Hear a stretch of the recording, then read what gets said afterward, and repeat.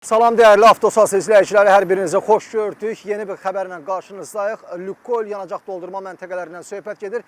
Faktiki olaraq ölkə ərazisində, xüsusilə də paytaxt ərazisində fəaliyyət göstərən YDM-lərdən danışacağım. Bu YDM-lərlə bağlı bir problem ortaya çıxıb. Bu problem nədən ibarətdir? Ümumiyyətlə, Lukoil yanacaq doldurma məntəqələrinin aqibəti nə yerdədir? Və onu demək istəyirəm ki, son bir neçə gündür müşahidə olunan ümumi xəbərlərin fonunda onu deyə bilərəm ki, bu yanacaq doldurma ilə bağlı, yəni Lukoil şirkəti ilə bağlı yayılan xəbərlər heç də yaxşıya doğru istiqamətlənməyib. Ekspertlərin və mütəxəssislərin verdiyi məlumata görə Amerika Birləşmiş Ştatları sırf bu şirkətə müxtəlif sanksiyalar tətbiq etməkdədir və nəticə etibarilə bu şirkət artıq səhmlərini itirməyə doğru gedir. Belə olan halda ölkə ərazisində, xüsusilə də paytaxtın bir neçə nöqtələrində biz bilirik ki, Lukoil yanacaq doldurma məntəqələri var ki, və əksəriyyət sürücülər də bu yanacaq doldurma məntəqələrinə inanır və buradan yanacaq alır. Amma belə çıxır ki, bu yanacaq doldurma məntəqələrinin ömrünə az qalıb və belə davam etsə, artıq Lukoil yanacaq doldurma məntəqələri belə deyək də tarixə qovuşacaq. Faktiki olaraq sanksiyalar bunu deməyə əsas verir. Amma əslində bu bir siyasi addımdır, hər şey baş verə bilər, bunun əksi də qeydə alına bilər. İndi biz ümumi vəziyyəti müşahidə edirik. Yaxın bir neçə ayda nə baş verəcəksə, onu da biz şahidi olacağıq. Faktiki olaraq indiki vəziyyətdə yaranan problem ondan ibarətdir ki, son 3 gün ərzində ölkə ərazisində fəaliyyət göstərən YDM-lər nağdsız şəkildə, yəni söhbət Lukoil yanacaq doldurma məntəqələrindən gedir ki, bu yanacaq doldurma məntəqələri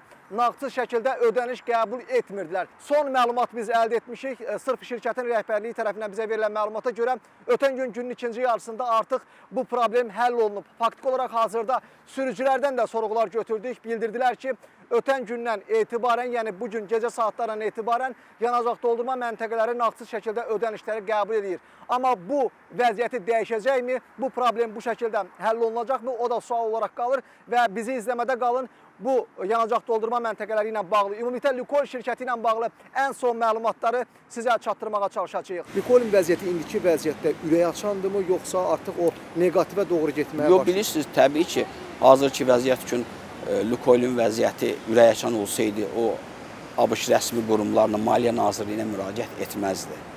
Yəni, müraciət edərək zaman istəməsi vəziyyətinin qənaətbəxş edici olmamasından qaynaqlanır.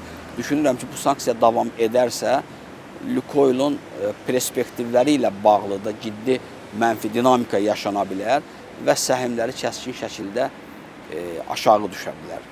Və qlobal səhmdarlar isə mən hesab edirəm ki, bunu bir belə deyək, fürsətə çevirə bilərlər. Aynen. Eldəniz bəy, bir şey soruşmaq istəyirəm ki, baxın, Azərbaycanda müxtəlif belə deyək də şirkətlər var ki, YDM-lər yanacaq doldurma məntəqələri yanacaq satırlar, belə deyək. Onlardan biri də Lukoil yanacaq doldurma məntəqələri, biz bunu müşahidə edirik. Amma əksər sürücülərimiz deməyək, bəzi sürücülərimiz var ki, sırf bu yanacaq doldurma məntəqələrinə etibar edirlər və oradan yanacaq alırlar.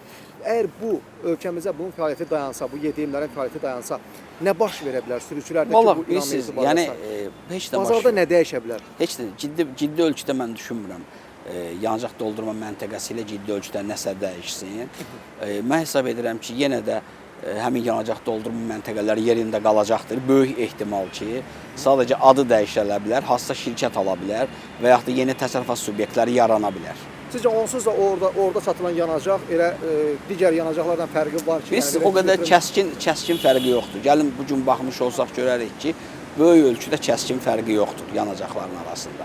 Müəyyən qədər bir neçə istiqamətdən olduğuna görə müəyyən fərqliliklər olsa da, amma böyük ölçülü bir fərq yoxdur. Böyük ölçülü fərq olmuş olsaydı, müsbət dinamikada, biz digərlərində kəskin azalma, bu istiqamətdə isə kəskin artma görə bilərik.